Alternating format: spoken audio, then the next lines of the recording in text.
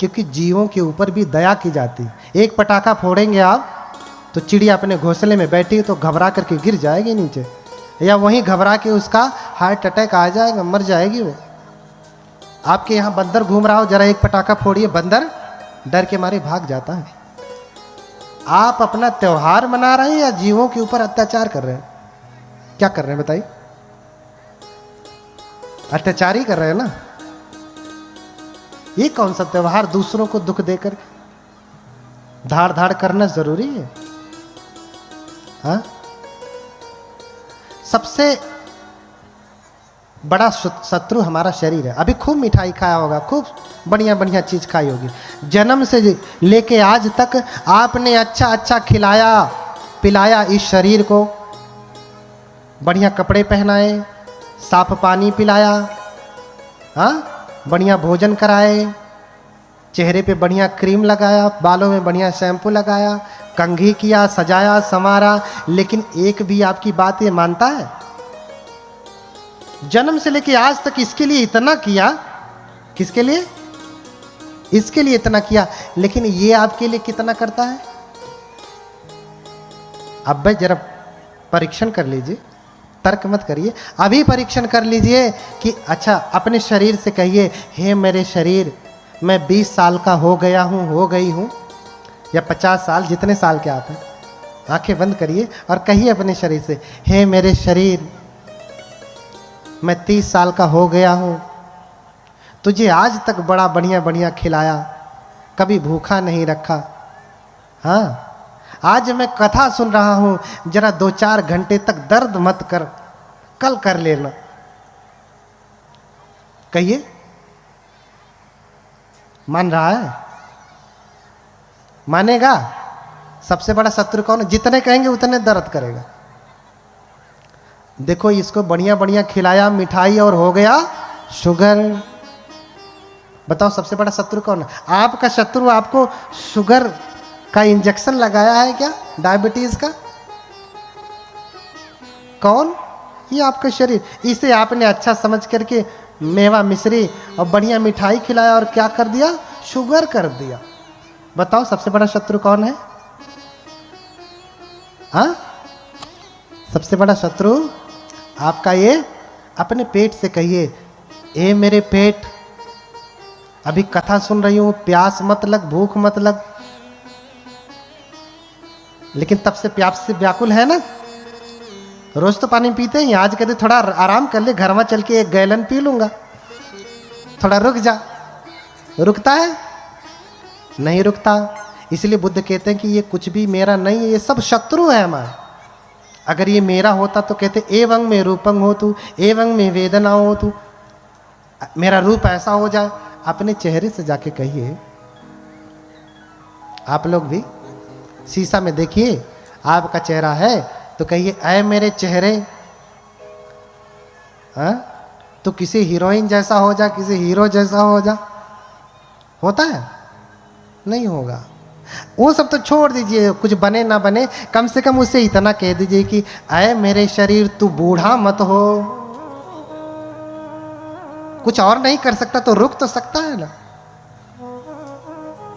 ऐ मेरे बाल, तू सफेद मत हो। ऐ मेरे चेहरे, तेरे ऊपर झुर्रियां न पड़े। हो सकता है? नहीं हो सकता।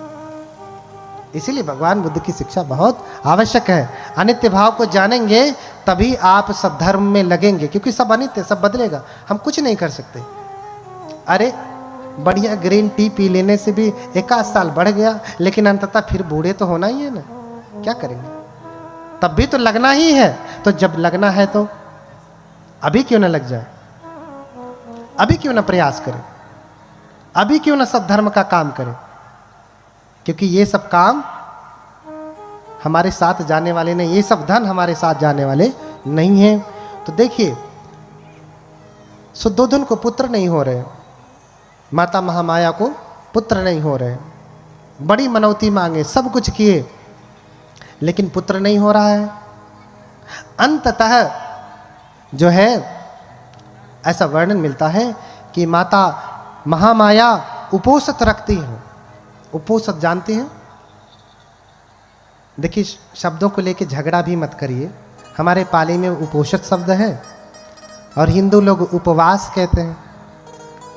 हाँ, अगर शब्दों की व्याख्या किया जाए, उप प्लस वास, हाँ, उप प्लस वसत, पाली में कहें तो उपोसत, उपोसत, उप प्लस वसत, तो यानी पास में जाकर के बैठना। उपवास माने पास में जाकर के वास करना, बैठना, यही ना, दोनों का अर्थ सेम ही है। लेकिन व्याख्या उनके में क्या है, हमारे में क्या है, दोनों में अंतर है।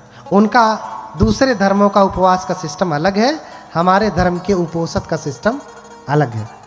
वहाँ तो 24 घंटे सरपुतिया का जूस पी के रहेंगे, शरीर को जलाएंगे, लेकिन यहाँ शरीर को नहीं जलाना है, मन को ठीक करना है। क्योंकि सब करता धरता कौन है? करता धरता कौन है? मन है कि ऊपर वाला? ऊपर वाला है। मन क्या करेगा? सही कह रहा हूं? कौन है? कौन है? ऊपर वाला है, ऊपर वाला। करता धरता कौन है? ऊपर वाला। बोलिए भगवान बुद्ध की। इस शरीर के सबसे ऊपर कौन है? बहुत उधर आकाश में मत जाइए। कौन है? ऊपर वाला। ये जब ऊपर वाला गड़बड़ होता है तो एक्सीडेंट हो जाता है। पत्नी से झगड़ा करके गया, अब खिन ने लड़ा दिया गाड़ी। कौन गड़बड़ हुआ? कौन नाराज हुआ? ऊपर वाला नाराज है। ऊपर वाला नाराज है, अच्छा इससे शादी नहीं हुई तो अब मैं जीऊंगा नहीं, मर गया। कौन नाराज हुआ? भैया कहते हैं ऊपर वाला नाराज हुआ इसलिए ऐसा। ऊपर वाला तो नाराज हो रहा है, लेकिन वहां कहां देखते हैं? हाँ, कहां देखना है? इधर देखिए, उधर का छोड़िए, कहां देखिए? इधर देखिए। ऊपर वाला ठीक है तो सब कुछ ठीक होगा। सब कुछ ऊपर वाले के ऊपर निर्भर है, जो चाहे ऊपर वाला कराए। इसीलिए भगवान ने कहा मनोपुबंगमा धम्मा मनोसेठा मनोमया। सारे धर्म सारे कार्य किसके अनुसार है? मन के अनुसार। मन यानी ये ऊपर वाला, इस ऊपर वाले के अनुसार है। जो चाहेंगे सो करेंगे, किसके अनुसार? मन के अनुसार। तो ऊपर वाला ठीक हुआ। माता महामाया और सुद्धोधन उपोषित का पालन करते हैं। आगे उपोषित बताऊंगा। उपोषित कब कब रखना है, कैसे रखना है, उसका लाभ क्या है। और ये वैज्ञानिक आप मानते हैं तो ये भी आप मान के चलिए कि उसका लाभ भी आपको मिलेगा 100%, है ना। ये नहीं कि ठीक से किया कि नहीं किया, कैसे नहीं, आप करेंगे तो उसका लाभ मिलेगा ही। अगर आपने पढ़ाई किया है, परीक्षा दे रहे हैं तो रिजल्ट आना ही है, इसमें कुछ शंका की गुंजाइश नहीं। करेंगे तो होना ही है, फल मिलेगा। अब ये सुमेध बोधिसत्व अपने गर्भ का अवलोकन करते हैं कि किस गर्भ में जाऊं, कौन मेरी माता होगी। तो देखते हैं कि सुद्धोधन पिता होंगे और माता महामाया होंगी। इधर माता महामाया चूंकि उपोषित रखती थी तो इन्होंने उपोषित रखा। और कहते हैं कि पूर्णिमा के दिन में दान किया जाता है। माता महामाया उपोषित रखती हैं और मुक्त हस्त से दान करती हैं। क्या करती हैं? दान करती हैं। राज दरबार में बैठ करके जिसके पास भोजन नहीं था उसे भोजन दिया, जिसके पास वस्त्र नहीं थे उन्हें वस्त्र दिया, जिन्हें धन की आवश्यकता थी उन्हें धन दिया, जिन्हें आवास की आवश्यकता थी आवास बनवाने का आदेश दिया, आवास बना। जिन्हें जो जो चाहिए था उन्हें वो दिया। और जब धन दे रही हैं तो गिन नहीं रही हैं। हाँ? धन दे रही हैं तो गिनती नहीं है कि 10 रुपए दे रही हूं कि 20 रुपए कि 100 के 1000 के लाख ना। पात्र में है, हाथ लगाया, जितना आ गया दे दिया। आप दान करते हैं तो क्या करते हैं? पहले ही से फिक्स करके आएंगे, ऊपर वाले जेबा में रख के चल रहे हैं, इतना देंगे। और कभी कभी गलती से अगर प्री प्लान नहीं रहा, आ गए अचानक से और दान देना पड़ गया, तो अंगुली डाल के जेब में से वही 10 रुपये वाली निकले, 50 वाली निकले। अरे भैया तुम बाहर में निकाल के जितना देना हो दे दो, क्या उसमें घबरा रहे हो इतना? नहीं देना तो मत दो, कोई आपसे ज़बरदस्ती तो वसूल नहीं कर रहा। लेकिन मन, ये ऊपर वाला कैसा है आपका? हाँ, देते समय त्याग की भावना होनी चाहिए। दान क्या है? त्याग है। परित्याग लक्षणा दान पारमी।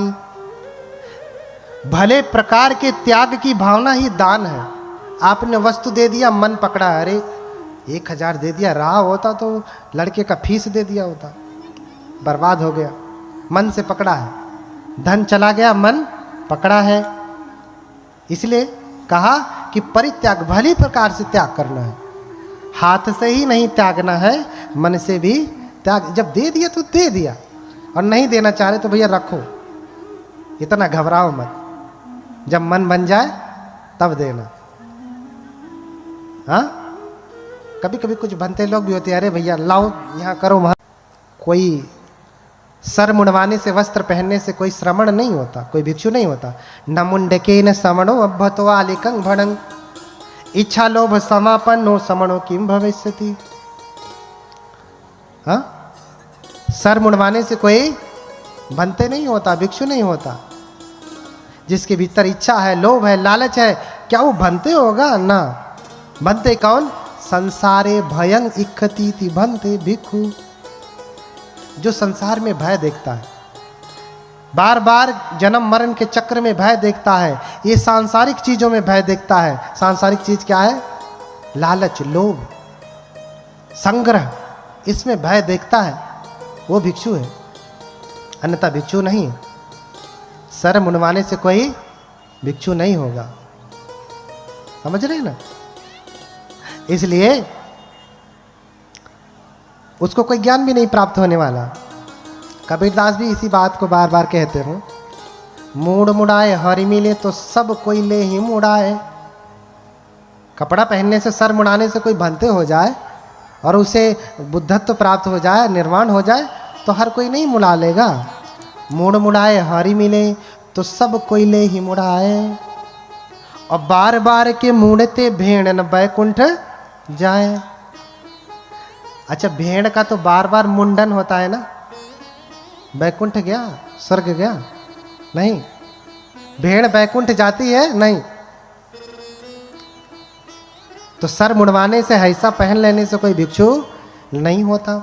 तो भैया जितना देना है उतना दीजिए। अब भंते लोगों की गड़बड़ी है, उनके गुरु का पता नहीं, किसी का कुछ पता नहीं, शिक्षा दीक्षा का पता नहीं, शील विनय का पता नहीं, तो वो मांगने आ जाते हैं। मांगने वाला कोई भिक्षु नहीं होता है,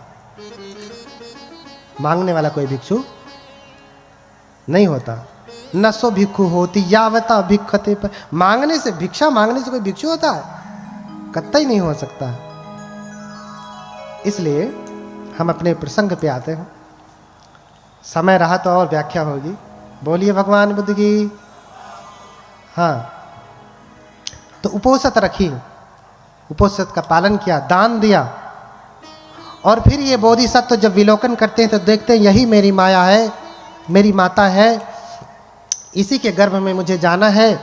तो दान आदि कृत्य करके ऐसा वर्णन मिलता है कि जब वो अपने सैया पे जाती हैं, बिस्तरे पे सोने के लिए जाती हैं, उसी रात वो स्वप्न देखती हैं, स्वप्न देखती हैं कि आप गर्भ में आ गए। कौन? सिद्धार्थ। उधर सुमेध से देवतागण निवेदन कर रहे हैं, उधर देवतागण निवेदन कर रहे हैं हाथ जोड़ करके, कतंजलि ही देवे ही याचितो द्विपतुत्तमो संबोधायम तुहियं कालंति आदिना। हाथ जोड़ करके निवेदन करते हैं कि हे देव, आपके बुद्धत्व का समय आ गया, अर्थात आप जन्म ग्रहण करें। थोड़ा सा ईको कम कर दो, इसका ईको थोड़ा कम, आवाज़ साफ नहीं आ रही। हल्का सही को करो। आपके जन्म लेने का समय आ गया। अब आप जन्म लें और इधर माता महामाया सोई हैं, सपने देख रही हैं। और देवताओं ने जब निवेदन किया तो निवेदन स्वीकार किया। माता महामाया स्वप्न देख रही हैं। क्या स्वप्न देख रही हैं? कि वो सोई हैं और उनकी सैया को चातुम महाराजी के देवता हिमवंत प्रदेश में उठा ले गए। अब स्वयं भगवान बुद्ध और उनका धम्म आप पढ़िए, बाबा साहब द्वारा लिखित। वो सोई हैं और उनकी सैया को चातु महाराजी के देवता हिमालय पे उठा ले गए। हिमवंत प्रदेश अर्थात हिमालय में ले गए। और फिर देवताओं की जो स्त्रियां होती हैं वो आती हैं, माता को लेकर के जाती हैं, स्नान कराती हैं, सुंदर वस्त्र पहनाती हैं और फिर सैया पे ला करके लिटा देती हैं। और फिर क्या देखती हैं कि माता महामाया लेटी हैं सैया पे और एक सफेद हाथी अपने सूंड में सफेद जो है कमल का फूल ले करके सामने प्रकट होते हैं, आते हैं और माता महामाया की 3 बार परिक्रमा करके दाहिने तरफ से माता महामाया की कुक्षी में प्रवेश करते हैं। कुक्षिम विशंतम गजवदहि माया देव्या विलोकेव कुलम नमामि। हाँ, क्या देख रही हैं? सैया पे लेटी हैं, सपने में देख रही हैं कि देवियों ने स्नान कराया, बिस्तरे पे लिटाया, लेटी हैं, सफेद हाथी आया, सफेद पुष्प लेकर के 3 बार परिक्रमा करके दाहिने तरफ से गर्भ में प्रवेश हो रहा है। कौन? हाथी पेट में घुस रहा है। कहाँ आदमी कहाँ हाथी, 100 गुना बड़ा। अब आप सोचिए, आप सपना देखें कि आपके पेट में हाथी घुस रहा है तो घबरा नहीं जाएंगे? माता महामाया भी देख रही कि अरे हाथी पुष्प लेके आ रहा है। माता महामाया घबरा गई और घबरा गई तो निद्रा टूट गई, फिर जग गई। अरे ये सपना था, सपना। कुछ लोग आरोप लगाते हैं कि अरे ये बौद्ध लोग कहते हैं कि हाथी जो है पुष्प लेकर के गर्भ में आया और माता महामाया के पेट में घुस गया। ये सपना था, सपना। सच में ऐसा नहीं हुआ। जैसे ही हाथी घुसता है निद्रा खुल जाती है और फिर उठ करके घबरा जाती हैं, पसीने पसीने हो जाती हैं। अपने स्वामी से सुबह बताती हैं कि स्वामी मैंने ऐसा ऐसा सपना देखा। तो राजा शुद्धोधन स्वप्न के जानकारों को बुलाते हैं। 108 स्वप्न के जानने वाले विद्वान ब्राह्मणों को बुलाते हैं, जो केटु निघंटु शास्त्र को जानने वाले, लक्षण विद्या को जानने वाले, सामुद्रिक विद्या को जानने वाले, उनको बुलाते हैं और उनको बढ़िया बढ़िया भोजन कराते हैं और थाल भर भर करके दान देते हैं। 108 ज्ञानी ज्योतिषियों को बुला करके भोजन कराया, दान दिया और फिर हाथ जोड़ करके निवेदन किया कि इसमें से जो योग्य 8 ब्राह्मण हैं वो रुके, वो स्वप्न की व्याख्या करें। बाकी 100 लोग जाएं, 100 लोग रह के क्या करेंगे? व्याख्या तो 8 लोग ज्ञानी लोग कर लेंगे। तो 100 लोग चले जाते हैं, 8 लोग रुकते हैं। तो उसमें उन 8 नामों में रामो धजो लखनो चापिमंती भोजो कौंडन्यो भोजो सुयामो सुदत्तो, ये कौन थे? एते 8 अहेशु ब्राह्मणा। उस समय यही 8 ज्योतिष को जानने वाले ब्राह्मण थे जो स्वप्न की व्याख्या कर सकते थे। रामो धजो लखन मंती कौंडन्य भोज सुयाम सुदत्त, ये 8 ब्राह्मण। और इन सब में सबसे छोटे हैं कौंडिन्य। कौंडिन्य कौंडिन्य सबसे छोटे हैं।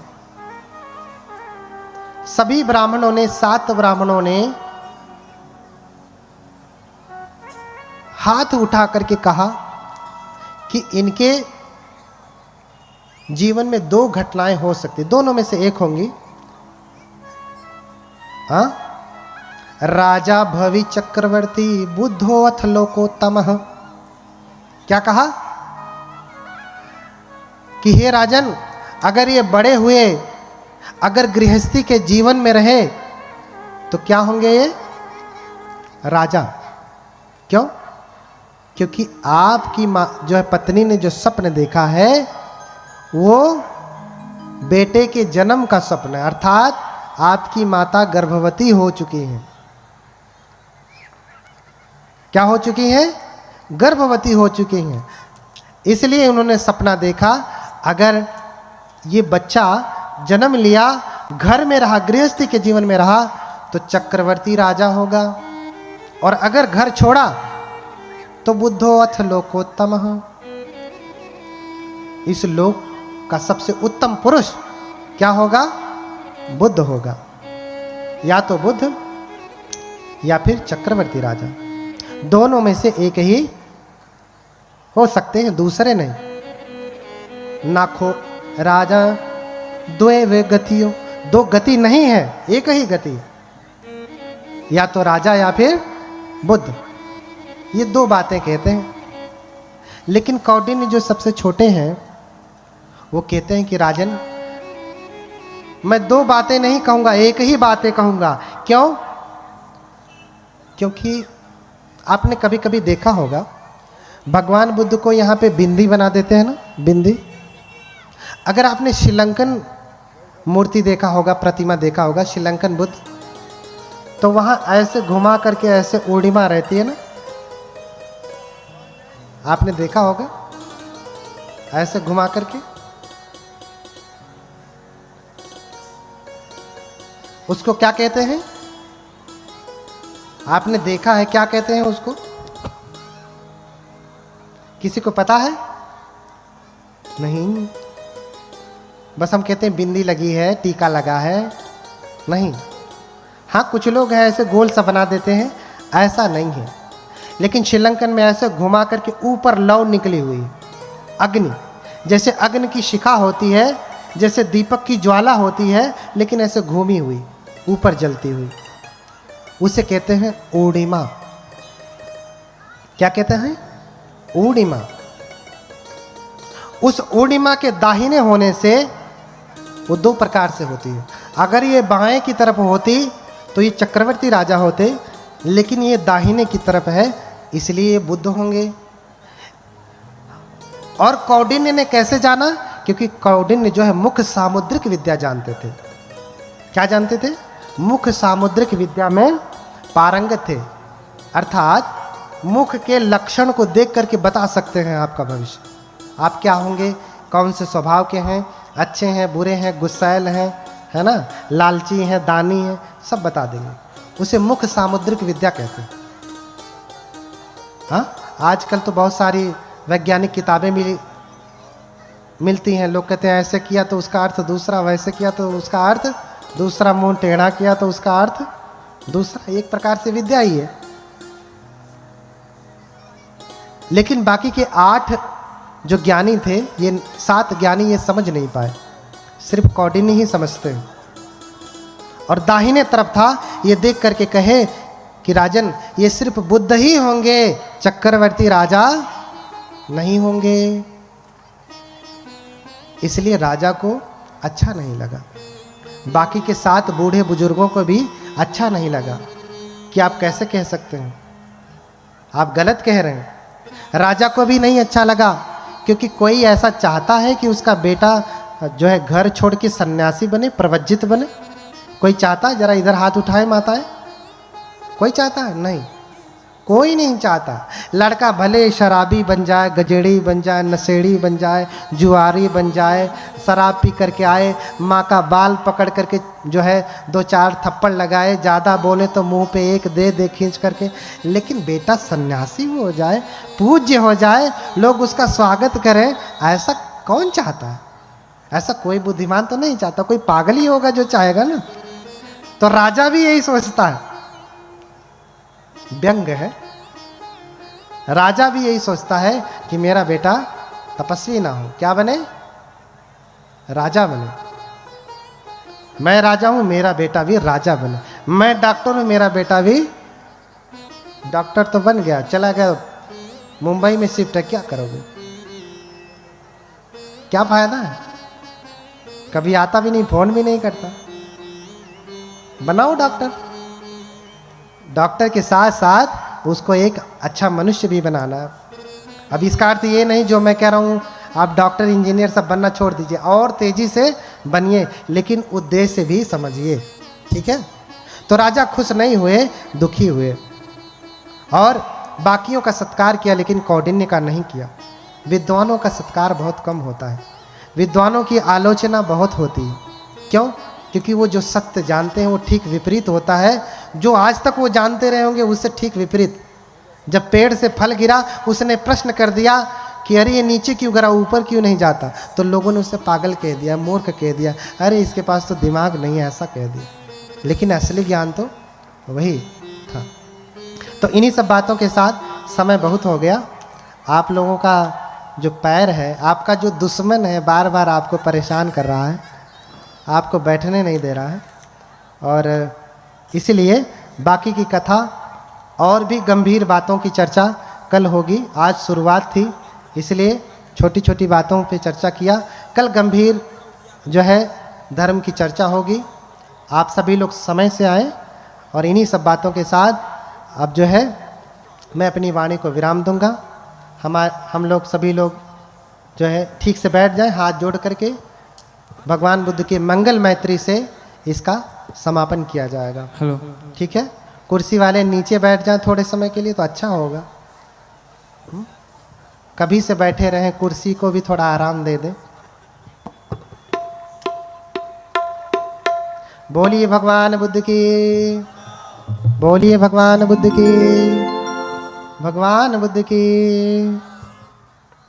तो सभी लोग हाथ जोड़ लें, भगवान की मंगल